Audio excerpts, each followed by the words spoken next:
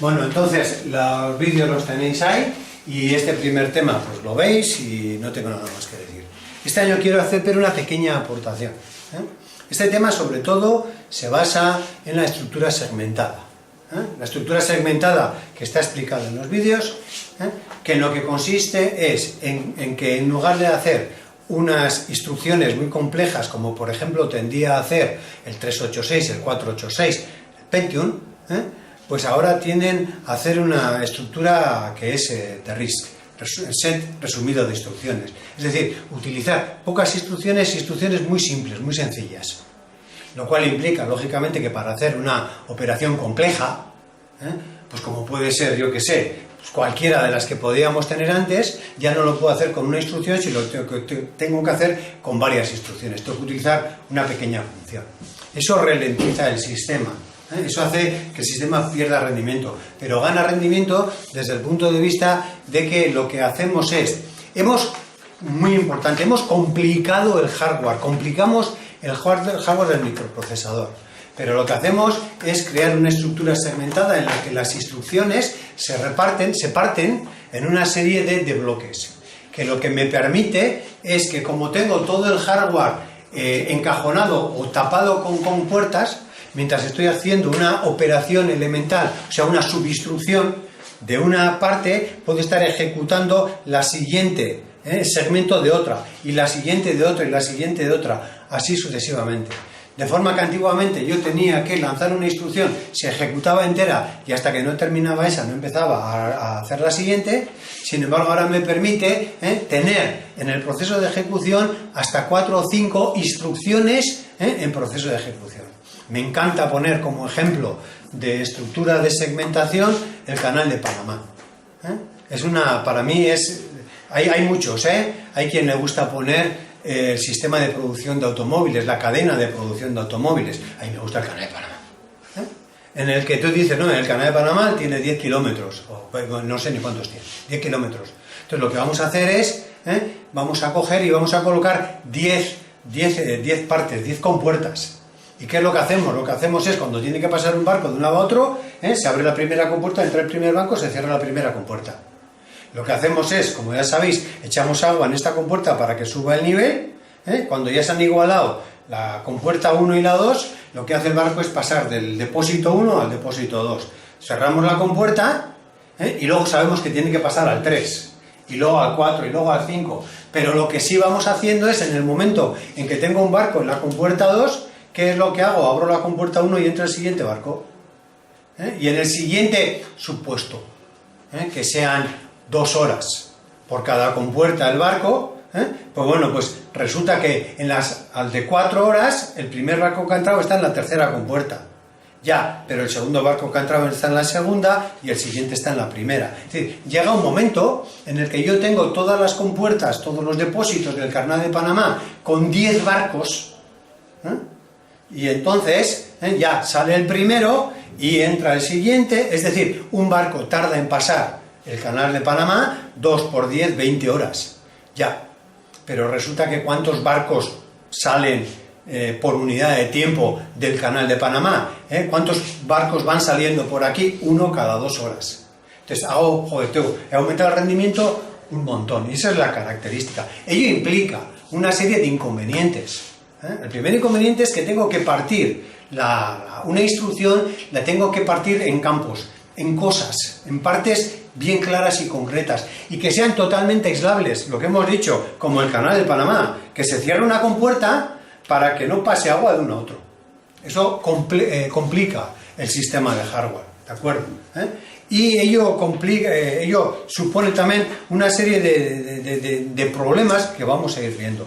Pero para que nos quede claro, estas son las fases que tiene de ejecución de la instrucción, pero para que nos quede claro, sabéis, porque hice uno conmigo, y además esto lo he colgado en la página web este año. Soy un defensor acérrimo de esta estructura, de ver cuál es la estructura de un ordenador.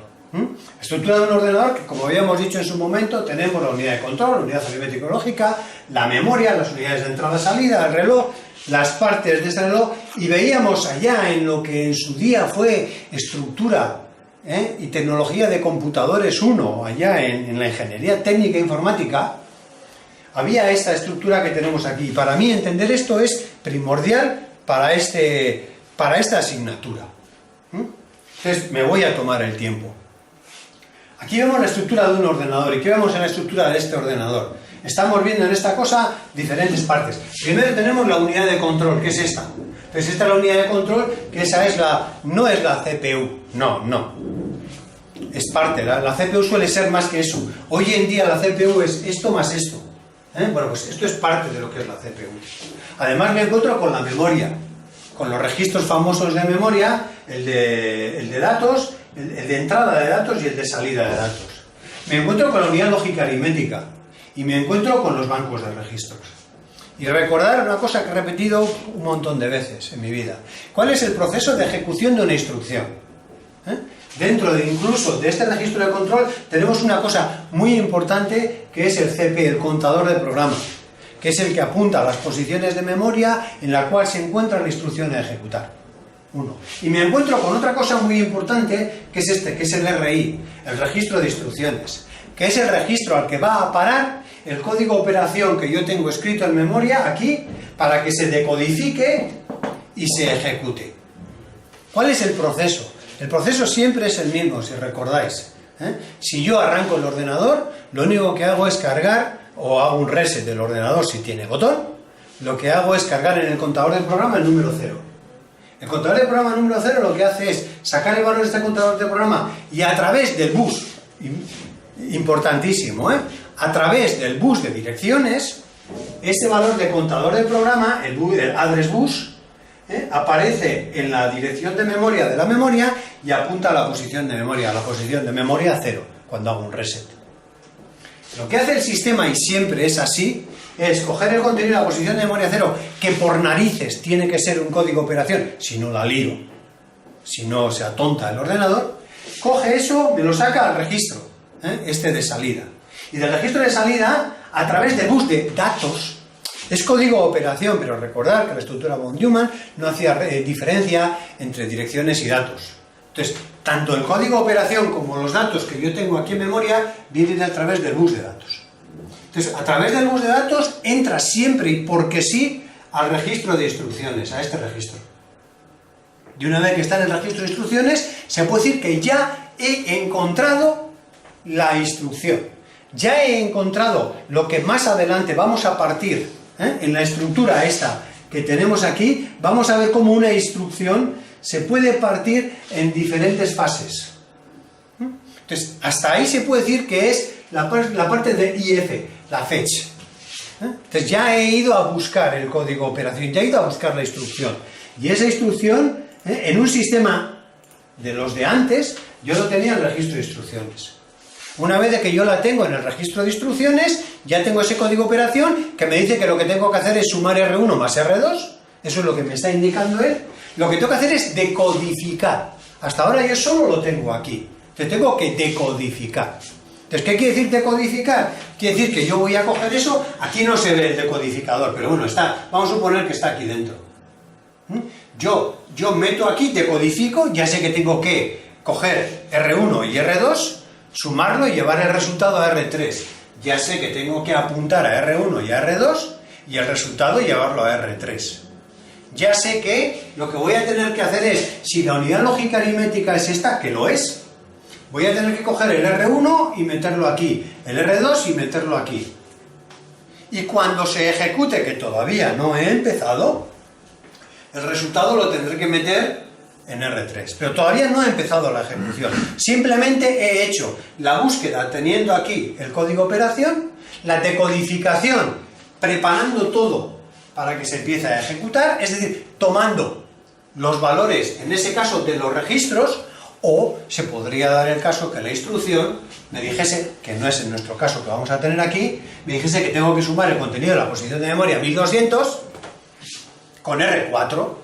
Entonces, claro, si tengo que coger el resultado de la posición de memoria 1200, tengo que volver a sacar por el bus de direcciones 1200, tengo que coger el valor de la 1200, traer por el bus de datos y llevarlo a una de las entradas de la unidad lógica aritmética. O sea, vamos a decir, decodificar implica que tengo que coger la información o de registros o incluso de memoria.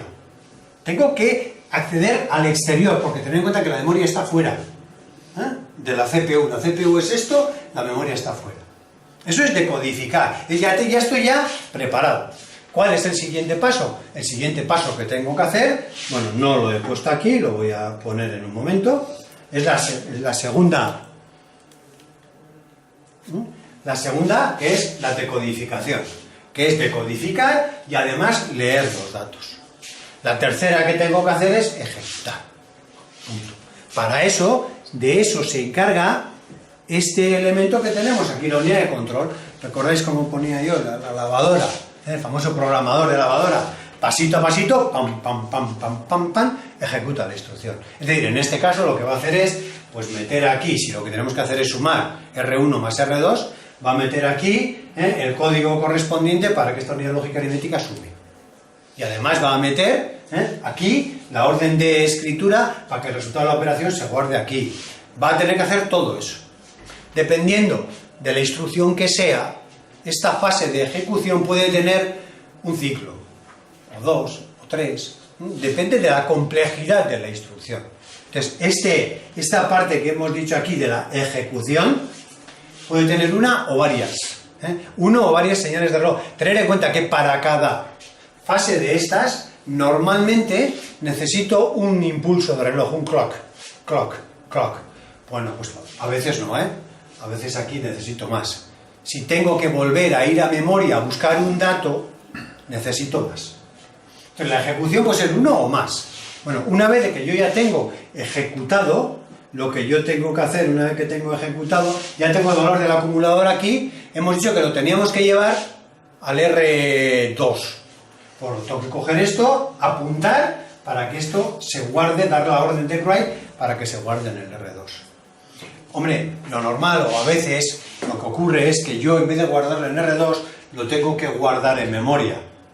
Entonces, aquí, en los segmentados, que tienen una estructura diferente a esta que he puesto yo aquí, en los segmentados se consideran, en vez de una fase, dos fases. Una, la de Memory Access, que es, ahora veremos el porqué, acceso a la caché de datos para las lecturas, cargas y escrituras, y otra, la siguiente, al write, a escritura de los resultados en los ficheros. ¿Qué tiene de malo esta estructura simple que he puesto yo aquí?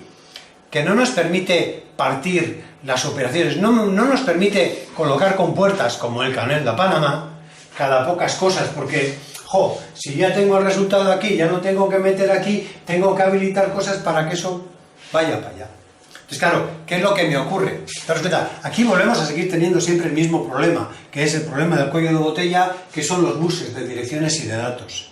Entonces, claro, aquí, si yo intento partir en diferentes fases, si yo tuviese una estructura sencilla, sin grandes complicaciones, por ejemplo, yo no podría estar leyendo un código operación desde memoria para meterlo en el registro de instrucciones y al mismo tiempo llevando un dato desde aquí a la memoria, porque aquí tengo una cosa o tengo la otra.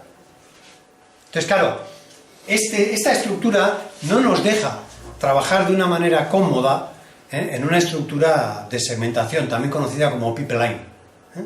Yo os invito a que estos apuntes que os he puesto ahí le echéis un vistazo, porque ya os lo invitaba el año pasado, lo vuelvo a invitar este año, le echéis un vistazo porque aclaran un montón de cosas. Cuesta un poco entender estos diagramas de tiempo, pero aprendes un montón de cosas. Es decir, una vez que yo tengo hecho esto, yo lo que voy a pretender, y lo que lo voy a hacer además, es dividir las instrucciones que yo tengo en un sistema segmentado en una serie de etapas. Y las etapas, vuelvo a decir, nos quedamos con ellas, son estas. La de búsqueda, traer la instrucción. Siempre me gustaría que lo visualizaseis. Traer la instrucción de memoria En principio lo dejamos así.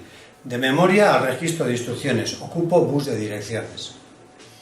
Datos. De codificación. De codificar sí, pero es coger datos. Bueno, si es internamente entre registros, no ocupo el bus de direcciones ni el de datos. Pero como sea memoria, puedo tener problemas.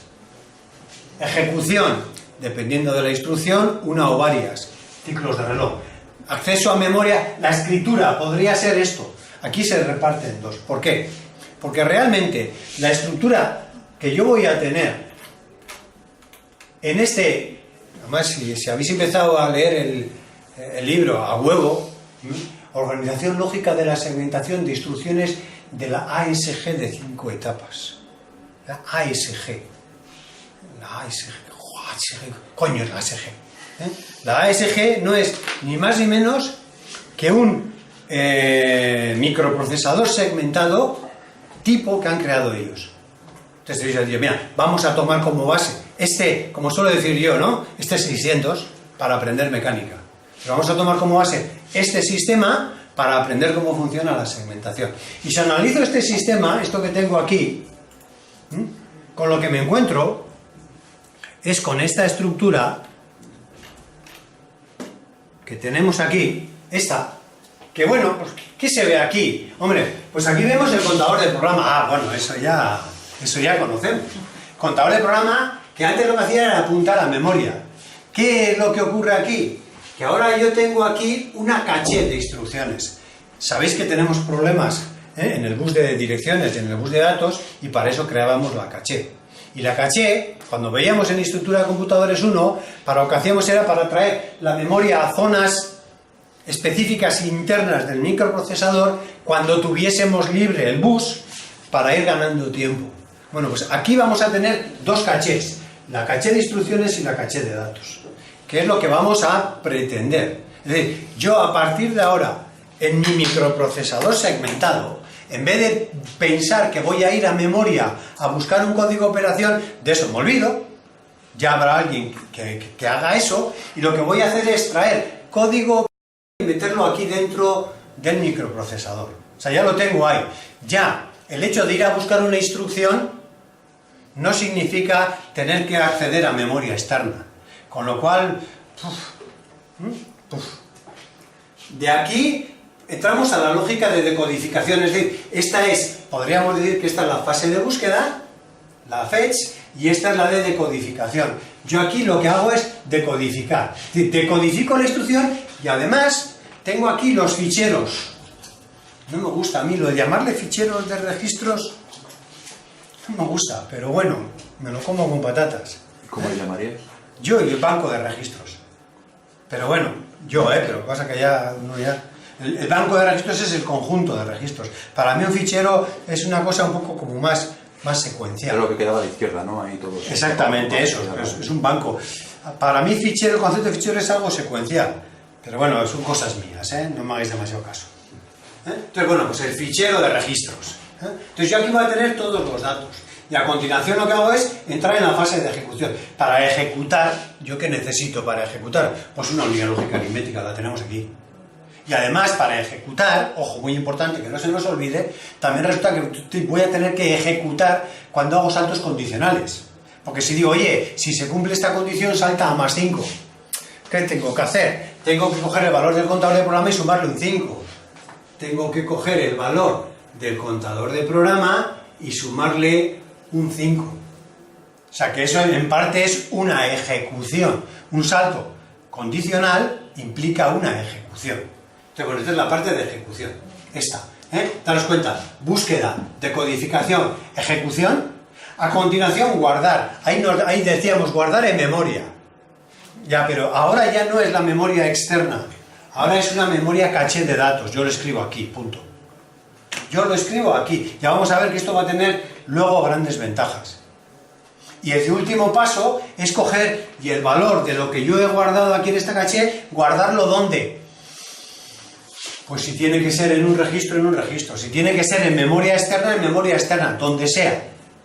Pero lo partimos en dos cachos. Es un proceso más pelma que antes, más engorroso, pero es la única manera que voy a tener yo de poder hacer coincidir diferentes cosas sin que yo tenga aquí solapación de recursos. Si la instrucción es una operación aritmética, que es lo del ALU, Sí. aquí en el anterior esquema dice que no hay etapa de memoria. Eso depende, sí, es posible, ya lo ves, que aquí también lo Va ves. la flecha directamente Claro, a la última sí, etapa. Sí, entonces, pero lo que nunca puedes hacer es, como no tiene función memoria, No se coger y puede. decir 4 ciclos. O sea, va a haber veces que en el canal de Panamá va a tener que haber algún depósito vacío para poder sacar el rendimiento. Sí, pero digo, no puedes utilizarlo No. ese ciclo para cargar, por ejemplo, Por eso o para te estoy almacenar alguna diciendo- historia, Por eso te estoy diciendo yo que es muy que importante. coincidan los dos ciclos de memoria, no puedes. Vale. No, mira, creo que lo he cerrado, no sé dónde lo tengo por aquí. Por eso tengo que decir, siempre tenemos que pensar en electrónica. Y eso que tú me dices, abstractamente, está muy bien. Yo no puedo hacer eso. Sí, pero ¿eso qué implica?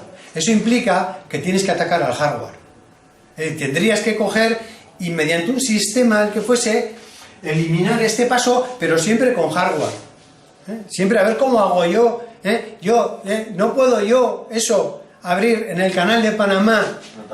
Yo no puedo coger, si el desnivel es este, yo no puedo coger, y estas son las compuertas. Pues ya que no voy a utilizar, ¿por qué no abro este y este a la vez? Blanco y en botella, ¿no? Aquí nos pasa exactamente lo mismo. Tenemos que tener en cuenta que tenemos un hardware, que todas esas cosas que parece que son adelantamiento, eso, y además, o sea, ya tenemos motivos para complicar el hardware. Acabamos de empezar, y ya vamos a ver cuáles son esos motivos. Entonces, bueno, pues la estructura es esta, y es muy importante que lo entendamos. ¿Qué más cosas tenemos que decir? A ver, que no se me escape. La primera creo, ¿no? Es esta, sí. Eso. Sí, pero...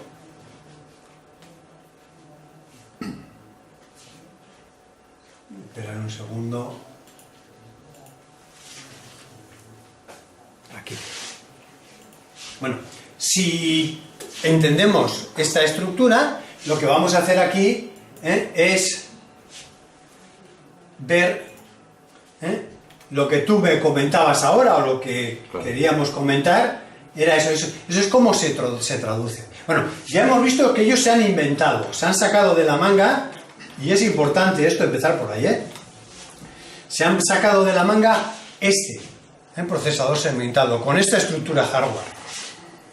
Se han sacado de la manga, muy importante también, si lo encuentro, un set de instrucciones. Han dicho, oye, mira, para que nos centremos, nuestro ASG va a tener un total de 32 registros de 32 bits, que a partir de ahora vamos a hablar de ello con toda naturalidad, y se llaman del R0 al R31.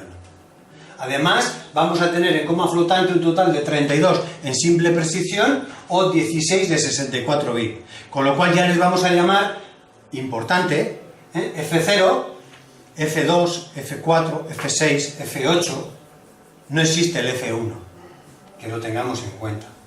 Va a poder hacer las siguientes operaciones: aritméticas y lógicas, transferencia de datos, bifurcaciones y saltos condicionales. No le pidáis más cosas, porque no hace más cosas, punto. Además, el set de instrucciones que tiene es que es un set de instrucciones que tiene, no es importantísimo, que tiene este formato. El código operación, muy importante esto igual, ¿sí? Destino, fuente 1 y fuente 2. Va a tener 3 campos, en el que las instrucciones con que yo me puedo encontrar son estas. La primera, ADDD, R3, R1, R2. Muy importante, entender esto, no entender, tragárselo. Esta instrucción lo que me está diciendo es que yo sumo R2 más R1 y el resultado R3. Punto pelota. Es así, sí, porque sí, punto. Es decir, origen, origen, destino. Origen, origen, destino. La ADD I, inmediato. Me suma el valor de R1 al número 4 y el resultado me lo guarda en R2. Punto pelota. Suma en coma flotante y suma inmediata. tenemos suma, resta, multiplicación y división. Y siempre en la misma estructura. En este caso me divide F6 dividido por F8 y el resultado a F2. Punto. ¿Qué más instrucciones? Instrucciones de comparación. Estas todas que tenemos aquí. Comparar si mayor que, menor que, igual que, mayor o igual. De todas lo mismo. En este caso me compara R5 con R6. Y si R6 es mayor que R5, lo que hace es meter un 1 en R3. Punto. Eso es así porque sí. ¿Qué más? Y nos vamos a pelear con ellas muchísimo. Instrucciones de transferencia de datos. La load y la store. Load, cargar. En este caso lo que me hace es cargar. Siempre que aparezca en paréntesis lo direccionado por, lo direccionado, siempre lo mismo, al revés. Estamos en inglés. O ellos o nosotros hablamos al revés, pero aún habla al revés. Nosotros, el cuerpo nos pide cargar esto aquí, pues no. Es cargar lo direccionado por R2, y lo que yo tenga en R2, ese valor, le sumo un 4 y me apunta a una dirección de memoria. Lo que tengo en esa dirección de memoria me lo lleva a R1. La memoria direccionada por R2 más 4 me lo lleva a R1. Y almacenar, en este caso me almacena el valor de R5 en lo direccionado por el valor que tengo R3, en este caso más 0. Punto pelota, en sencillo y en coma flotante. No hay más. Las de almacenamiento. Instrucciones de salto. Las de jump, punto, saltar, que una instrucción de jump, como ya sabéis de siempre, es cargar el valor de lo que yo tenga aquí en esta etiqueta, cargarlo en el contador de programa, no hay más. Y en este caso, bifurcación a registro, es decir, coge el valor de R4 y lo mete en el contador de programa. Es decir, realmente yo lo que tengo que tener en R4 es una dirección. Como tenga 2 kilos de patatas en R4, la monto parda.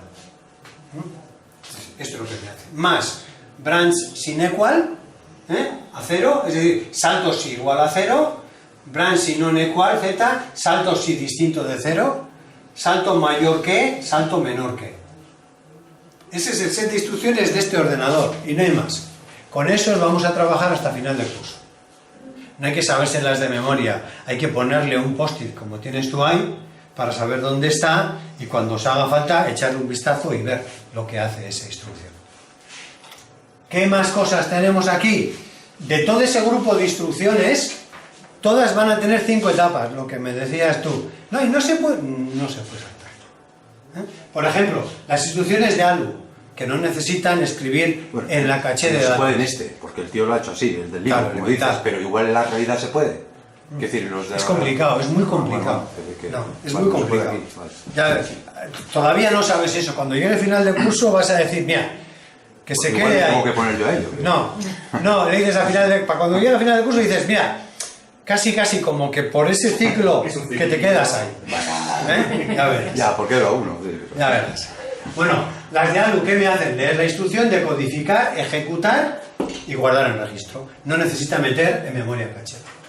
Las de carga, las de cargar algo, traer algo desde memoria, decodificar, leer, decodificar, generar la dirección a la cual yo quiero, de la cual yo quiero leer, como hemos dicho antes, ¿no? 4, entre comillas, R3. ¿Qué me hacía? Cogía el valor de R3, le sumaba un 4 y apuntaba a memoria. Claro, eso hay que hacerlo. Entonces aquí tenemos generar la dirección. Una vez de que lo ha generado ese dato, lo que hace es lo lee, pero lo lee de la memoria y lo mete en la caché de datos, y por último lo escribe en el registro. Por último, es decir, si yo tengo la instrucción load R3 4R2, que no sé si se escribía así además la sintaxis, ¿qué es lo que me hace? Aquí lo que me hace es, me coge el contenido del registro R2, le sumo un 4, vamos a suponer que en R2 suponer que el contenido de R2 sea 1000. Entonces, bueno, pues coge y dice, bueno, 1000 más 4, 1004. Coge el contenido de la 1004 y lo lee de memoria y lo trae a la caché de datos. Y una vez que está ahí, el siguiente paso es escribirlo en R3. En este paso lo escribe en R3. Lo podía hacer ya, Va, ya que lo traigo, ¿para qué lo voy a meter en la caché? ¿Para qué? Lo meto directamente en el registro. Sí, ya vamos a ver luego que cuando tenemos problemas no me sale ahora. Dependencia de datos. Sí, de dependencia, coño. Cuando tengo problemas de dependencia me va a venir bien tener una caché. Entonces, bueno, pues coge, lo mete aquí y luego aquí. Yo tengo una duda. Está claro que el ASG está segmentado en 5 etapas. Sí. Pero ¿hay mucha variedad en cuanto a la segmentación? No. O sea, suele andar por ahí, 5, 6... Sí, porque son las etapas básicas. Lo que siempre, desde que empezamos en IC1, ¿cuál es el proceso de ejecución de una instrucción? El contador del programa va a memoria, memoria registro, registro de codificación, de codificación de ejecución, ejecución salvado. O sea, es que ya están ahí las... Ahí anda, eso es. Son los elementales. Ahí estaréis vosotros cuando hagáis el doctorado de mejora de rendimiento, para decir, pues le voy a meter una etapa más. De eso se trata en parte esta asignatura. Lo apunto. Almacenamiento. ¿Qué es lo que hacemos? Leer la instrucción de codificar, generar la dirección a la cual yo quiero almacenar, no el ALOA sino el store, y una vez que ya lo tengo, escribir en memoria. No tengo que escribir en registro, escribo en memoria. Y por último, las de salto o bifurcación, leer, decodificar, generar y escribir en el PC. Nos ahorramos la W. Bueno, ahí está. Pero básicamente son esas. Las fases. ¿Con qué nos encontramos? Antes de entrar en los riesgos, nos encontramos con que yo tengo que hacer una segmentación. Hombre, y es que lo que hemos dicho antes, si yo en hacer una instrucción tardo 100 nanosegundos, soy capaz de dividirla en 5 etapas, esas instrucciones, cada etapa 40 nanosegundos, va a querer decir que yo cada 40 nanosegundos puedo estar sacando una instrucción. Con lo cual, si antes una instrucción 100 nanosegundos, ahora una instrucción 40 nanosegundos y tenemos 5 etapas. 20. Con lo cual he aumentado el rendimiento, la nadería, de 100 entre 20 de 5 veces. Cada instrucción sigue tardando en ejecutarse 100 nanosegundos, pero a mí eso no me interesa. A mí me interesa la cantidad de instrucciones que yo puedo hacer por segundo. En este caso, yo puedo hacer 1 partido de 100 por 10 elevado a menos 9 instrucciones por segundo. En este caso puedo hacer 1 partido de 20 por 10 elevado a menos 9 instrucciones por segundo. Con lo cual he ganado en el rendimiento un 500%. Bueno, eso está muy bonito. Pero ¿qué es lo que ocurre? Que en el canal de Panamá todos los depósitos no tardan en gestionarse al mismo tiempo. O sea, no deberían de tardarse porque diferentes desniveles. Entonces vamos a decir, yo sería capaz de, en este depósito, como hay poco desnivel, pues que un barco estuviese en lugar de 2 horas, 1 hora. Ya, pero no toca. Porque a pesar de que en 1 hora haya gestionado sus problemas, el de adelante, como tarda 2 horas, no puede pasar antes. Es decir, tengo una serie de problemas. Tengo una serie de problemas que lo que implica una segmentación es que cuando yo tengo ciclos que ocupan diferentes o que tienen diferentes tiempos, los tengo que igualar todos al ciclo más largo. 1. Y 2. El hecho de tener que abrir y cerrar las compuertas tarda un tiempo. Si yo tuviese que coger un barco y empujar sin abrir compuertas, tardaría 1 hora. Si pongo compuertas, bueno, por el hecho de abrir y cerrar compuertas, tengo ahí unos tiempos. Aquí exactamente lo mismo. El hecho de haber metido más hardware para poder hacer compartimentar el funcionamiento de la CPU va a suponer que yo voy a tener que añadir una serie de tiempos. Entre etapa y etapa, unos tiempos. Pequeños, pero unos tiempos. O sea que tengo que, la segmentación, primero igualar todas las etapas, aunque en algunas tenga que perder el tiempo, porque tienen que estar de brazos cruzados. 1. Y 2, tengo que meter una serie de cosas intermedias. Entonces, bueno, ese es un problema, pero al final acabo ganando tiempo. Esa es la segmentación. Y a raíz de esto, pues viene a cuento pues uno de los ejercicios que ellos, yo os los he puesto ahí, tienen una serie de ejercicios resueltos, que son los que normalmente utilizaremos para hacer en clase, e incluso tienen de exámenes. Normalmente los ejercicios resueltos que tenéis ahí son de exámenes. Entonces, bueno, yo suelo tomar esos siendo un poco egoísta, porque como tengo la solución sé si me he equivocado o no, que es fácil equivocarse. Entonces, pues bueno, lo que pretendo es explicaros. Aunque hay algunas cosas con las que muchas veces no estoy de acuerdo, y os diré, pues mira, pues yo no estoy de acuerdo en eso. Pero ten en cuenta que no es un problema de test, no es un examen de test. Es decir, si tú lo que haces lo razonas, te lo valoran. O sea, no es una solución única, sino que podéis hacer vuestras aportaciones. Entonces, bueno, pues tenemos ya un problema ahí, que es un problema que es típico, tópico. Es típico este problema. ¿Qué es este? Es además un problema típico en informática que hace referencia a la ley de Amdahl. La ley de Amdahl, que tiene ahí una serie de fórmulas y tal, que con el cuento de la vieja te arreglas como Dios, sin fórmulas. Pero bueno, os dejan llevar el libro, pues bueno, pues es importante. Es importante en el libro, o llevar el libro, porque hay una serie de conceptos que a mí personalmente me cuesta mucho memorizar. Me lío, ¿no? De problemas de dislexia. Entonces, joder, tienes el libro delante o la chuletilla y echándome tú te enteras. Entonces es conveniente eso. Entonces este problema me dice, un procesador sin segmentación necesita 200 nanosegundos para procesar una instrucción. Vale. Con respecto a este procesador, calcular la aceleración que se obtiene en los siguientes casos. El primer caso me dice, un procesador A, dotado de una segmentación de 5 etapas. Y dices, bueno, pues 5 etapas. Consumiendo cada etapa al mismo tiempo. ¡Puf! Lo ideal. Es decir, yo tenía un 200 nanosegundos y lo que hago es una separación de 50 nanosegundos por etapa. Perfecto. Pero me dice que cada etapa ocasiona una sobrecarga de 4 nanosegundos. Vuelvo a insistir. El hardware ese que hemos tenido que meter para compartimentar las diferentes subunidades funcionales implica una pérdida de tiempo de 4 nanosegundos. Es decir, que ya cada etapa no va a durar 50, no va a tardar 50, sino que va a tardar 50 más 4. Es lo que en este dibujo que teníamos aquí aparecía en las zonas sombreadas. Esto, o sea, 50 más 4. Y lo que me pregunta es una cosa que es sencillo, ojalá fuesen así todos. Lo que me pregunta es ¿cuál es la aceleración que se obtiene? Bueno, yo antes en hacer una instrucción tardaba 200 nanosegundos y ahora no voy a decir que en hacer una instrucción tarde 50 más 4, pero de media en ejecutar una instrucción ¿cuánto voy a tardar yo? 50 más 4, 54 nanosegundos. Con 40, ¿no? 40. O vaya mañana. Ya he empezado, con la primera clase ya estaba hoy así.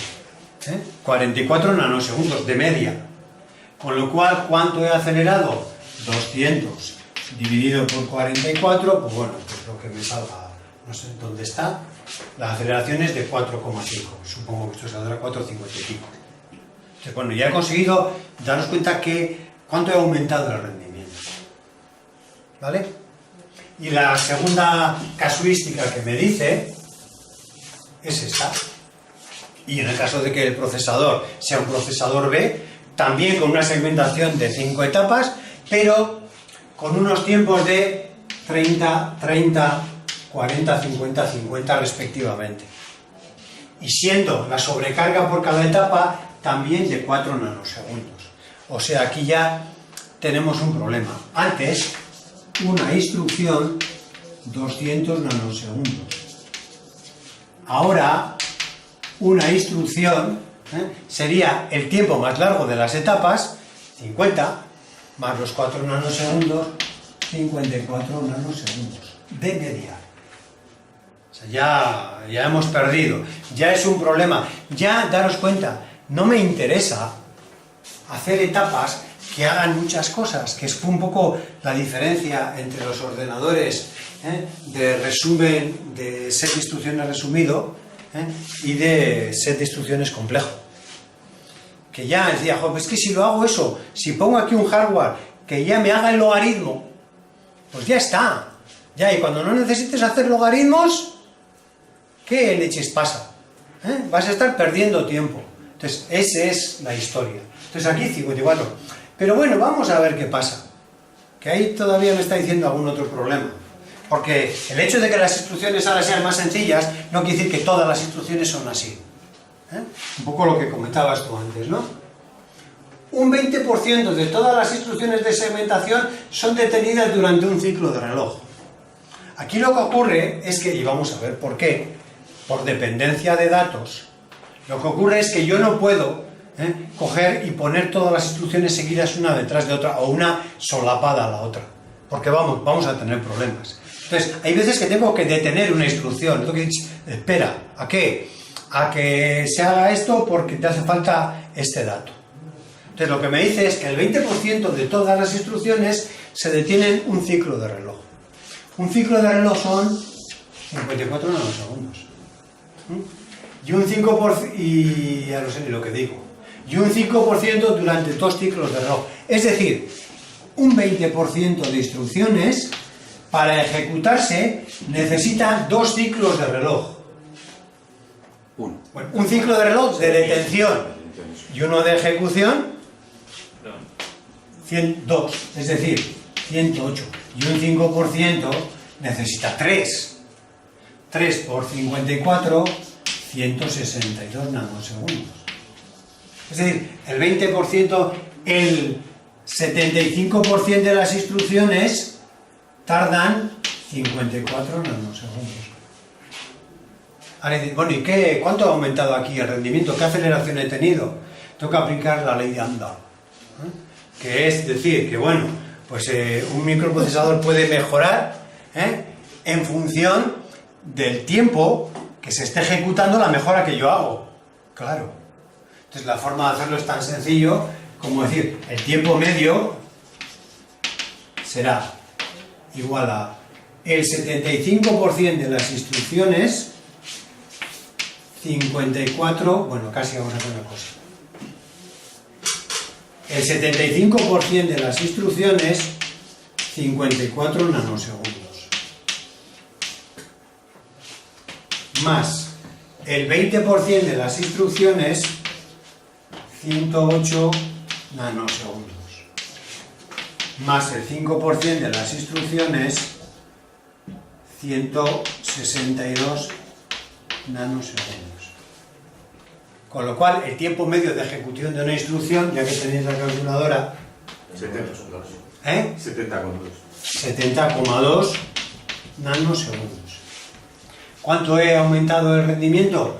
200 entre 70,2, pues lo que me dé. 2,8. 2,8, pues 2,8. ¿De acuerdo? Vale. Y esto nos da pie, aunque no nos va a dar tiempo a hacer el ejercicio, nos da pie por lo menos a enfocar el siguiente elemento. ¿Y esto? ¿Detenciones? ¿Y por qué detenciones? ¿Por qué se tiene que parar? Porque trabajando en una estructura segmentada, como esta que tenemos aquí, yo voy a encontrar riesgos. Hay diferentes tipos de riesgos. Los estructurales, ese hardware que tenemos por ahí que me impide, importantísimo, ¿no? Que claro, en el caso de una estructura normal, si yo estoy trayendo un código de operación desde memoria y tengo al mismo tiempo que guardar un dato en memoria, si tengo ocupado el bus de datos, no puedo. Si yo tengo una instrucción que está ocupando la parte del ejecutor de ejecución de la CPU y resulta que es una operación compleja de multiplicación que ocupa 2 ciclos de ejecución y la siguiente instrucción que viene solapada coincide con que ya tiene que empezar a ejecutar, y si la parte de ejecución ya está ocupada y esta tiene que ejecutar, pues no puede ejecutar, tiene que esperar. Entonces, claro, esos son los riesgos estructurales. Tenemos luego riesgos de dependencia de datos. Claro, si yo resulta que sumo el registro R1 más R2 y guardo el resultado en R3 y la siguiente instrucción coge lo que hay en R3, lo suma a R4 y lo guarda en R5, resulta que la primera instrucción todavía no ha guardado el resultado en R3 y la segunda, como ya viene, necesita el resultado de R3 y se lo... A ver, si consigo engañar.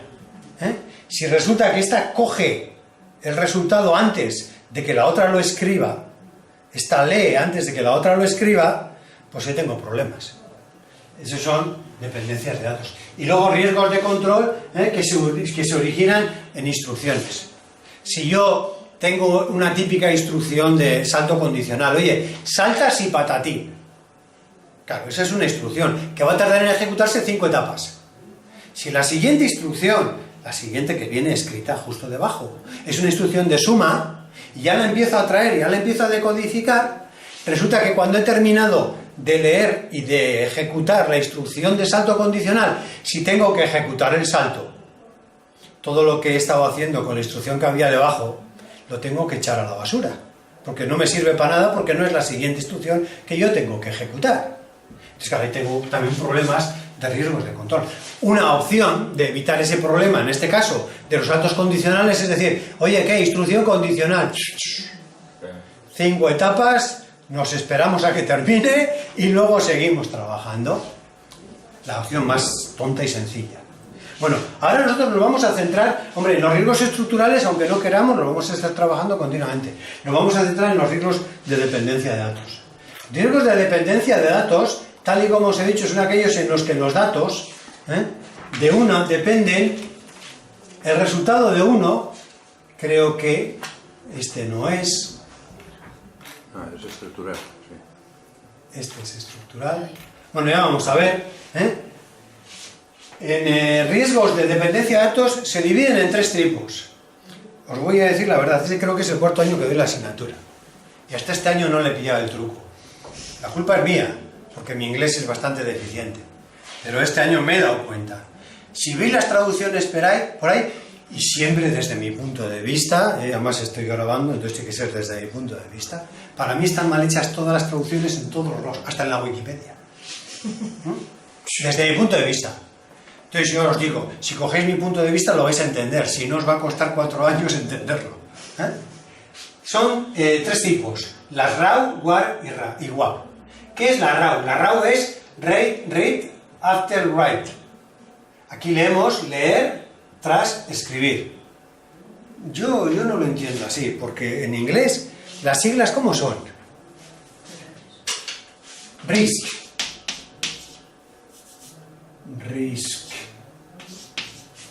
Computer.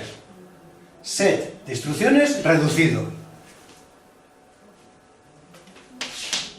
CIS. Computer. Set de instrucciones complejo. ¿Cómo pasáis unas siglas inglesas al castellano? De atrás para adelante. ¿Yo cómo leo esto yo para entenderme? Write after read. Punto. Es decir, escribir después de leer. Es decir, si yo tengo 2 instrucciones, lo intento escribir aquí, Si yo tengo 2 instrucciones, como por ejemplo en este ejercicio que haremos el próximo día, en este, luego cada uno que haga lo que le dé la gana, Si yo tengo 2 instrucciones como estas que tenemos aquí, que esta lo que me hace es multiplicar R4 por R5 y el resultado de R3. Si estos son 5 etapas, las 5 etapas van a ser esta: búsqueda, decodificación, ejecución, memoria y escribir en registro. Esta es la primera instrucción. Si yo intento lanzar I1, la segunda, a continuación, siguiendo la segmentación, por lógica, la I2 debería de empezar aquí. Y debería decir yo, búsqueda, decodificación, ¿qué? Para, echa el freno, Magdalena. ¿Por qué? Porque si yo estoy haciendo la decodificación, recordad lo que he dicho antes, y es muy importante, decodificar no es solo decodificar el código de operación, sino también tomar los datos fuente, es decir, en este caso es también tomar R4 y R3. No lo digo yo, que sí. No lo digo yo. Que sí.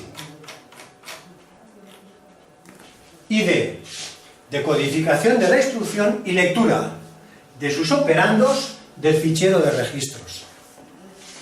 No solo decodificar, sino también coger los datos. Es decir, si yo estoy aquí, yo en este punto ya tengo en R4 el valor que tenía en R4 y en R3 el valor que tenía en R3. ¿Vale? Pero esta operación que yo tengo aquí, ¿cuándo me escribe el valor de R3? En este punto me escribe el valor real de R3. Si yo estoy cogiendo aquí el valor de R3, no estoy cogiendo el valor que tiene que tener como resultado de esta operación. Estoy cogiendo el valor que tenía antes de realizar esa operación. Por eso yo le digo que es un raw. Yo escribo después de leer. Es decir, yo aquí escribo, pero estoy escribiendo después de leer. Y yo eso no lo puedo hacer en este caso. Yo tengo que esperar a leer después de escribir. O sea, que primero se escribe y cuando está escrita lo lea. Claro, ya. Tú dices que lo entendías a través del RAW. No, y es que en todos los sitios, pero si tú lees la traducción en castellano... After write. Claro, after write. Claro, lo que pasa es que eso lo puedes entender también como lee pero dice y que luego después. escribe. Claro, pero dice Lee que y después después escribe. Es que, claro, pero dice no, que ya te luego- entiendo. Sí, que si tú lo traduces, dices leer después de escribir. Claro. Eso ya, como... Ya. Sí, ya. Mi objetivo es que vosotros lo entendáis a vuestra manera. Yo por fin lo he entendido a la mía. Sí, eso está bien. Leerlo al revés o entenderlo como Eso es. lee, luego... Tú sabes más inglés que yo, está claro. No, sí, sí. Bueno, seguimos, ¿qué es lo que nos ocupa? Entonces, ¿qué es lo que ocurre? Lo que ocurre es que, claro, yo esto no lo puedo hacer hasta que por lo menos no se termine esto. Lo que pasa es que vamos a ver en este problema, que ahora cortamos aquí la clase, lo veremos el próximo día, en este problema lo que nos dice es que nos permite Ver y escribir, sí. nos permite leer y escribir en el banco de registros durante el mismo ciclo. Es decir, me permite que cuando yo ya hago un W, ya me permita que lo puedo leer a un registro. Y ya veremos además eso más adelante, el cómo, Lo vais a ver, decís que pues es verdad, todavía no se ve. Entonces, bueno, lo que sí me interesa es, el próximo día haremos por lo menos este ejercicio y buscaré alguno de Tomasulo, porque últimamente no ha caído Tomasulo, pero bueno, alguno de Tomasulo encontraré por ahí, aunque sea repetido, para trabajarlo, y el próximo día nos dedicaremos a eso. ¿Vale? Muy bien. Muy bien. Ok.